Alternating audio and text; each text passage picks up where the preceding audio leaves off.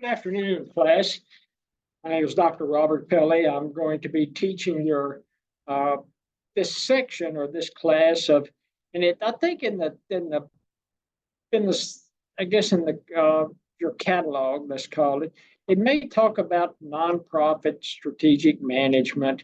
I'm just going to teach it as business management, just in general, because to me, profit versus nonprofit, when you're looking at entities that you may already work for or may end up working for sometime in the future, it's there are, I guess, a few nuances that differentiate between the two. But to me, it's more of a tax classification that differentiates between for-profit and not-for-profit. So again, that's why I'm going to take the approach of teaching this class from just a general perspective and talk about strategic management in general. And I'm going to use it's Mastering Strategic Management. It's by Ketchen and Short. It's again a textbook that's published by Flat World Publishing, and in the syllabus that I will upload to Canvas, there's going to be a link in there for the textbook. I've never been a professor that it dictates that students buy the textbook. It's up to you as a student. I will say, though, that I think this is a pretty good textbook as far as explaining the basics of strategic management. They provide some examples in that I think also help drive home some of the concepts and some of the points they make in the text. So to me, it's actually a pretty good text. So the link, again, it goes to Flat World. I'm not using Biblio. So that send the students back to Flat World, and you can get that e-version of the book. I can't remember, $35 or something.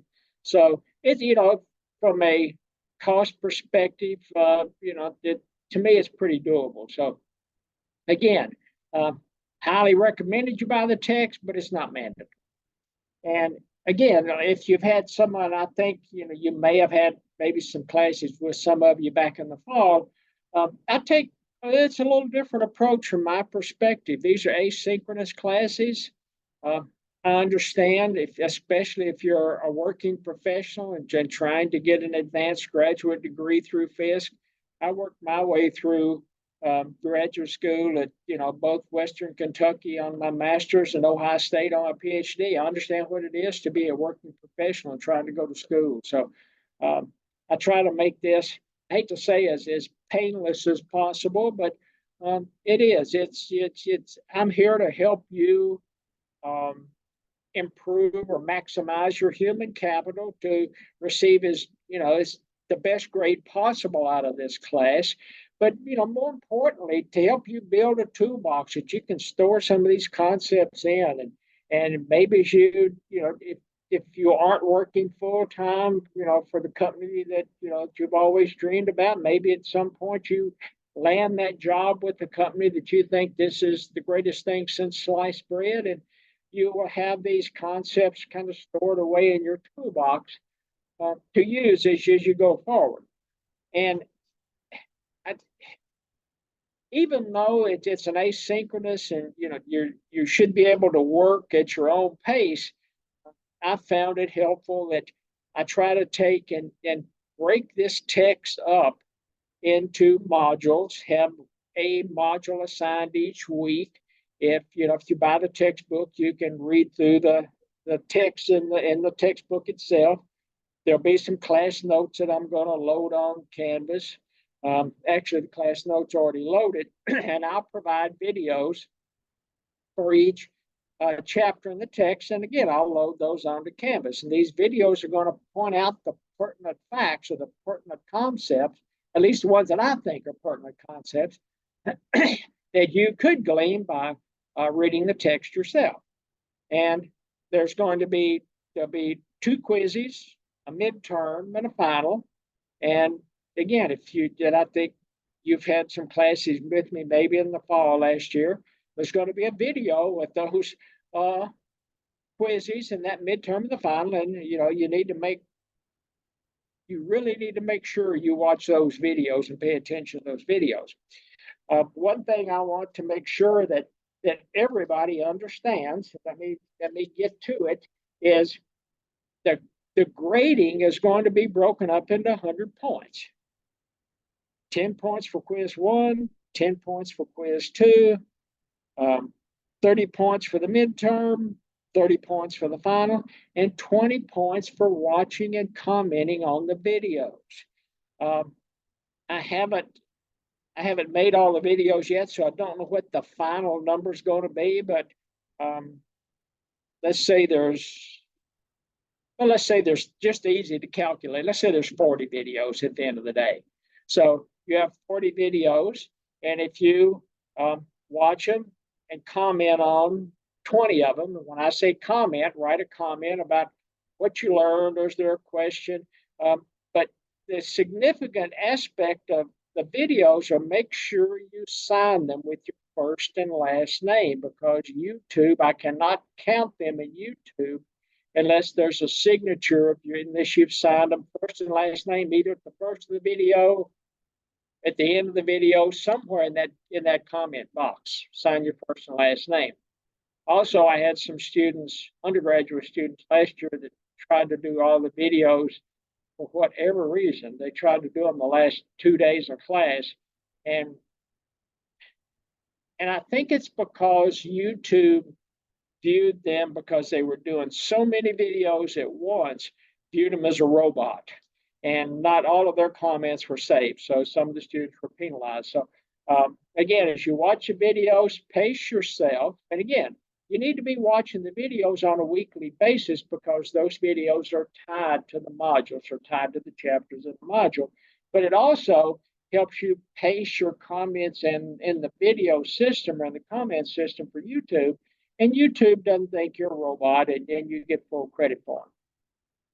But again, let's go back to the calculation, because I want to make it. I had some undergraduate students last year that were really confused on it. Had to explain it to them multiple times. I think they finally understood down toward the tail end what I was talking about. But what we do, or what I do on the videos, you have 20 potential points that you can accrue on the videos. Those 20 points will be multiplied by the ratio of the videos that you've watched and commented on, divided by the total number of videos. So let's go back to my example. Let's pretend that at the end of the class there's 40 videos. There may be 50. I don't know. I haven't gotten that far. But I'm going to use 40 as an example because it's easy to calculate. So 40 potential videos, you watch 20 of them and comment on them. That gives me a ratio of 20 divided by 40, or a ratio of 0.5. Then 0.5 is multiplied by the 20 potential points. So the most points you can get from watching the videos and commenting on them is going to be 10. 0.5 times 20 gets you 10. And so if you don't watch all the videos and comment on them, you're going to dig yourself a hole, and you're going to start somewhat deep in the hole. I had a student at a class that I taught last summer, and the individual knocked it out of the park on quizzes and midterm and final, and got to the video points, and the individual just didn't want to watch videos and comment on them. I think she'd watched some of them and didn't comment on them, and that individual, when it came time to calculate the final grade, that individual started out with an 80. Ended up getting a C plus, because she'd only missed like a couple of points on all of the quizzes, but dug themselves a hole by not watching the video. So again, the videos from my perspective are an integral part of your grade. They help you with the knowledge, they help you with understanding the text, and they are going to be a 20 potential points segment of your grade, not extra credit. It's a part of your grade. So want to make sure that watch videos, comment on the videos first and last name, and more importantly, watch the videos not only to get the comments, but to glean information from the videos.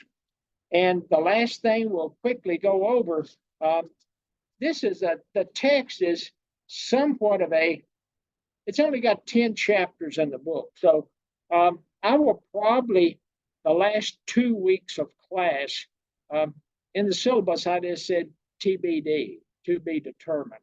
I haven't decided what I'm going to use in the last 2 weeks to provide information, but there's some couple of chapters from another textbook that I've used in the past that I may fill in. There's, Mary Parker Follett, who is, one of the premier leaders in the field of strategic management. There's some others out there that I may pull some information on. And then lastly, kind of in the middle of the syllabus, it talks about the grading scale. And I think it's the same grading scale that most professors at FISC use. It's the one that I started using last summer when I first started teaching some of these classes. Used it in the fall, and I'm going to use it again this spring. So lastly, this class, again, it's asynchronous, work at your own pace. At the end of the day, I will try to get the quizzes and the midterms and the finals. Try to get as many of them loaded by probably a couple of weeks before the semester's over. So if you want to take your final ahead of time, that's certainly fine with me. And since it is asynchronous, if my office hours are by appointment. If you need something, reach out to me through Bulldog Mail, or you can reach out to me through Canvas. There's a mail system that you can reach out to each other through Canvas. We can schedule some time. Schedule a Zoom meeting for us if we need to. So that's all I've got, and look forward to teaching you at least what I think are some of the salient points of strategic management and strategic business decisions. Thank you.